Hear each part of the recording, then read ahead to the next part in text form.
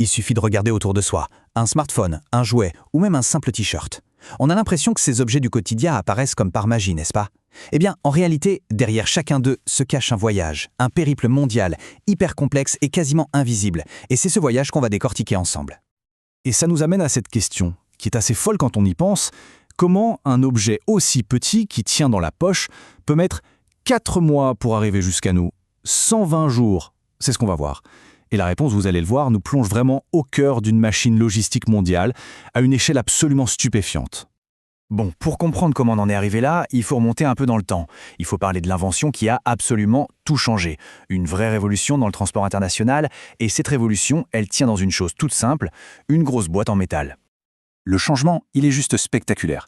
Avant les années 60, il fallait imaginer un monde différent. Envoyer un produit à l'autre bout de la planète, ça prenait des mois, parfois 90 jours, et le coût du transport pouvait représenter jusqu'à un tiers du prix final de l'objet. C'était énorme. Et aujourd'hui, aujourd'hui on parle de moins d'un mois de trajet, pour un coût qui s'est effondré à moins de 8%. C'est cette efficacité complètement dingue qui a littéralement façonné le monde tel qu'on le connaît. Et au cœur de toute cette mécanique, il y a un mode de transport qui écrase tous les autres. Lequel, à votre avis?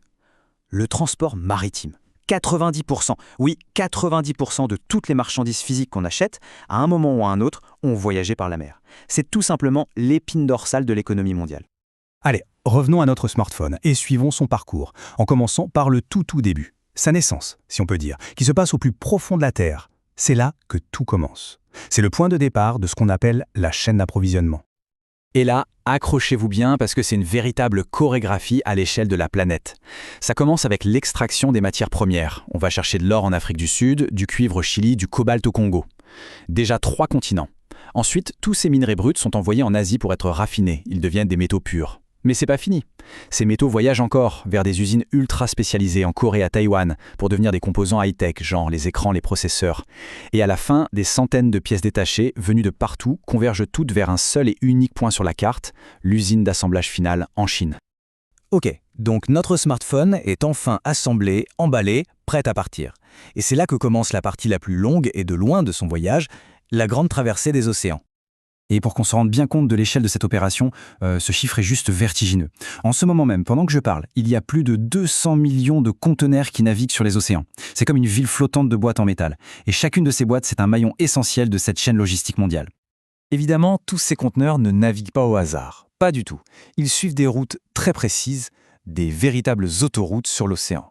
Notre smartphone, lui, il est destiné au marché européen. Il va donc emprunter l'une des routes les plus fréquentées au monde. La grande ligne Asie-Europe, qui passe par un point de passage obligé, le fameux canal de Suez. Et ce voyage en mer, il va durer 42 jours. 42. Le navire part de Shanghai le premier jour. Rien que pour arriver au canal de Suez, il lui faut 2 semaines complètes. On est déjà au jour 14. Et à partir de là, il lui reste encore presque 3 semaines de navigation pour traverser la Méditerranée et remonter vers le nord avant d'arriver enfin à destination, au jour 42, dans l'immense port de Rotterdam. Alors on pourrait se dire, ça y est, le smartphone est arrivé en Europe, c'est la fin du voyage. Eh bien, pas du tout. Le périple est loin d'être terminé. En fait, c'est là que commence la dernière étape, qu'on appelle souvent les derniers kilomètres. Et paradoxalement, c'est souvent la partie la plus complexe. Une fois que le conteneur est à Rotterdam, il se passe plusieurs choses. D'abord, les opérations portuaires. Il faut décharger le conteneur de cet énorme bateau, passer la douane, rien que ça peut prendre jusqu'à 4 jours. Ensuite, c'est la distribution de gros. Un camion prend le relais et transporte les téléphones vers un grand entrepôt central, mettons à Lyon, en France. C'est encore 36 à 40 heures de route. Et enfin, la toute dernière étape, la distribution en détail.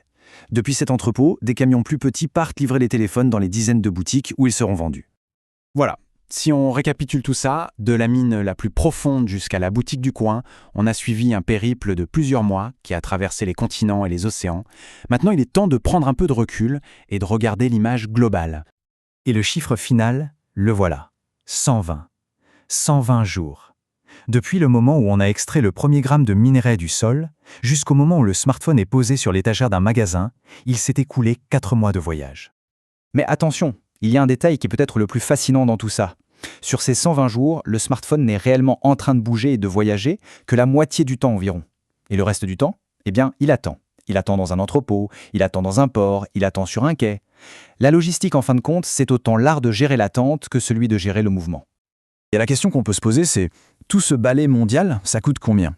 Eh bien, pour un smartphone vendu 600 €, l'intégralité de ce voyage, le transport, le stockage, la manutention, tout, ça ne représente qu'environ 85 €, soit d'à peine 14% du prix final. C'est ce qui est fou. C'est cette efficacité incroyable qui fait que tous ces objets ne sont finalement si accessibles. Toute cette machine invisible, c'est un peu le système sanguin de notre économie mondiale.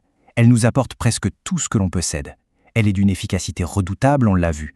Mais toute cette complexité la rend aussi incroyablement fragile. Alors, ça laisse une dernière question en suspens. Que se passerait-il si un jour, un simple grain de sable venait enrayer ces rouages parfaitement huilés?